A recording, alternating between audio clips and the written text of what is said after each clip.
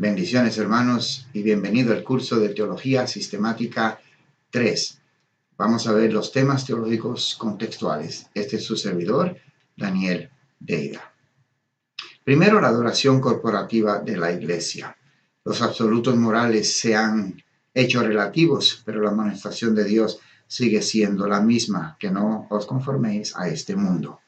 El placer musical también está haciendo de la adoración un teatro de entretenimiento con una idea de satisfacción individual e introvertida, como términos que dicen la gente: me gusta, me bendice, me acerca a Dios, me ministra y me hace sentirme bien. Y también el consumismo materialista está definiendo a la iglesia y es transferido a las cosas espirituales. Comparan el nivel de dedicación que se requiere, el estilo de adoración y el precio que ellos deben de pagar. Veamos la adoración y la música.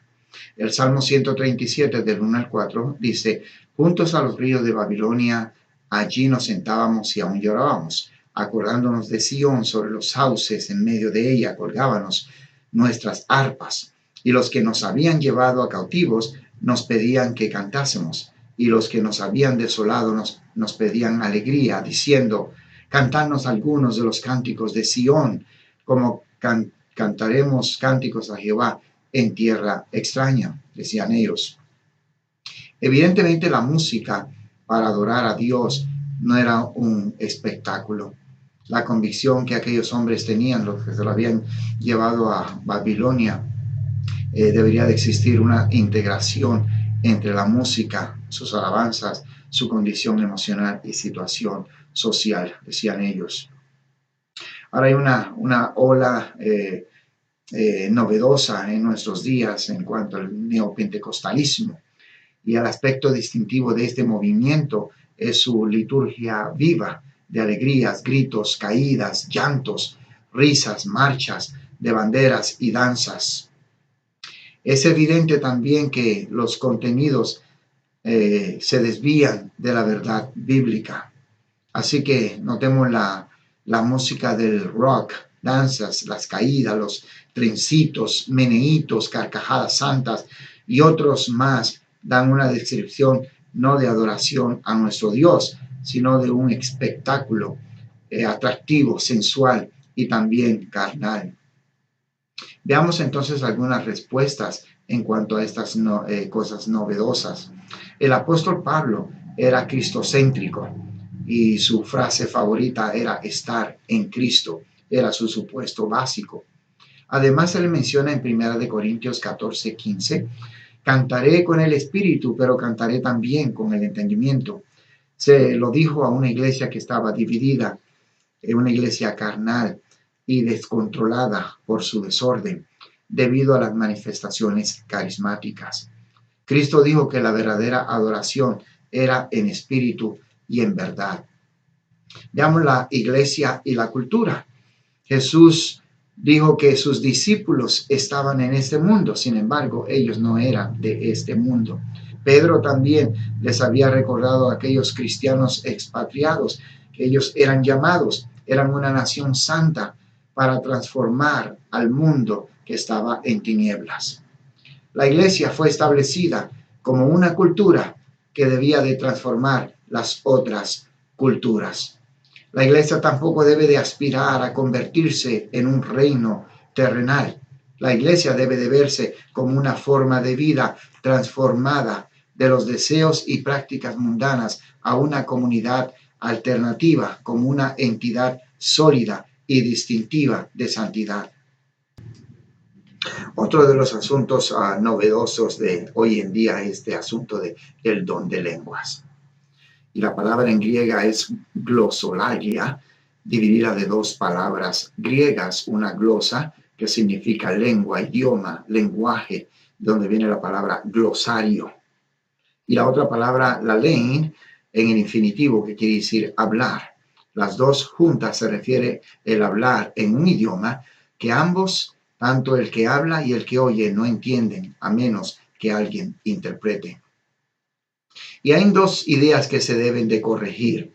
que el hablar en lenguas es la evidencia del Espíritu Santo, dicen algunos, y que el hablar en lenguas también, o lenguas desconocidas, es un lenguaje especial para la oración y la alabanza.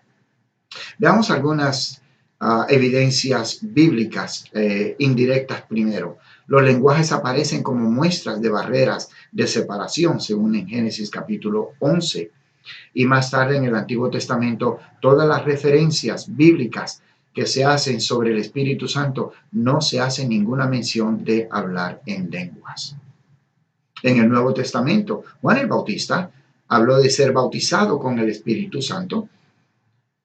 En Mateo 3, 11, 12, Marcos 1, 7, 8, Lucas 3, 16 y 17 y Juan 1, 33.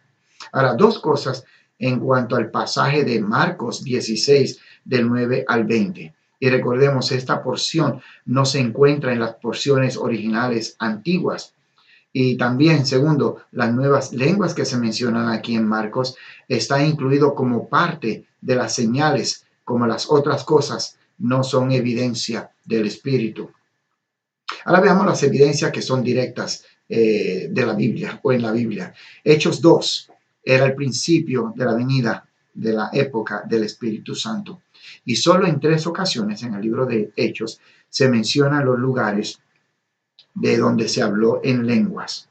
Su contexto étnico y su propósito es importante. Y los encontramos en Hechos 2, Hechos 10 y Hechos 19.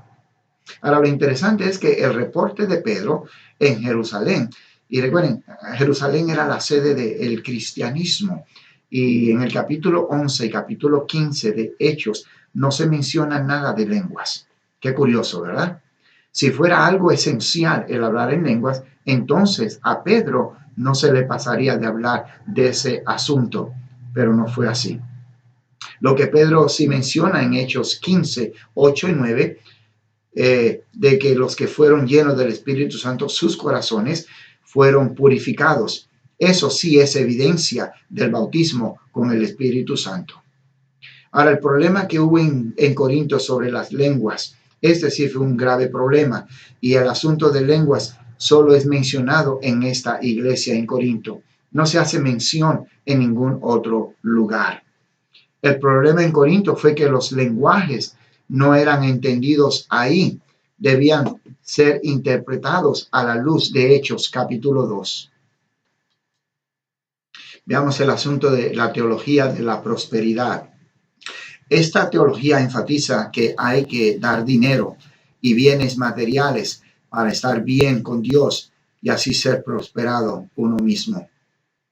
Que si da para la obra de Dios, Él le va a dar mucho más hasta enriquecerlo. Y si tiene algún problema o no prospera, es entonces porque ha habido algún pecado en su vida.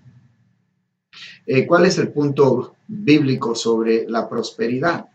Dios prospera y suple, lo dice la Biblia, Mateo 6, 25 al 31.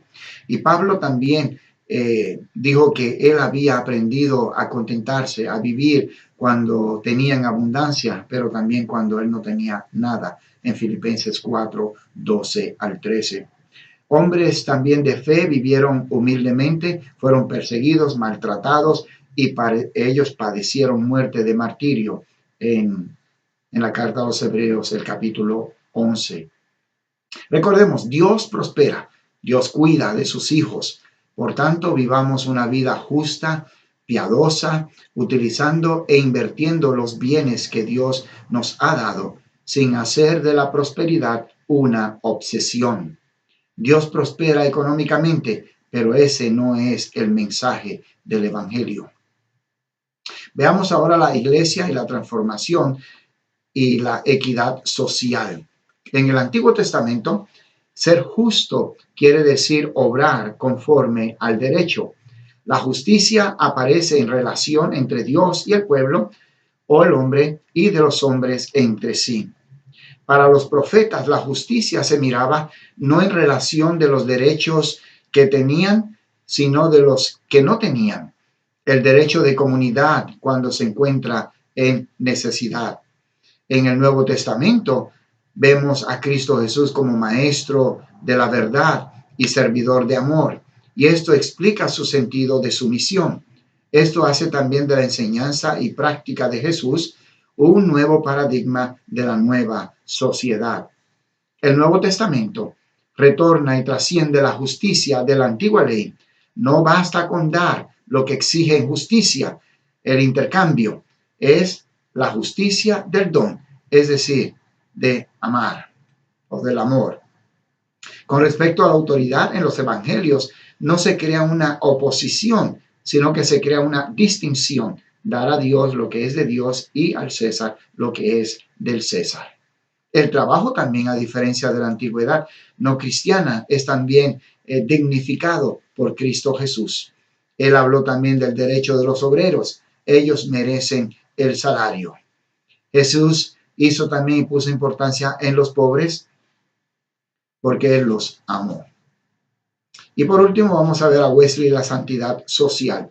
Wesley dijo que no había otra santidad que no fuera santidad social.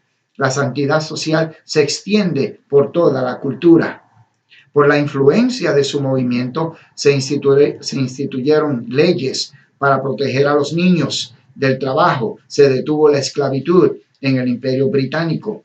El resultado fue la transformación de una nación. Bendiciones.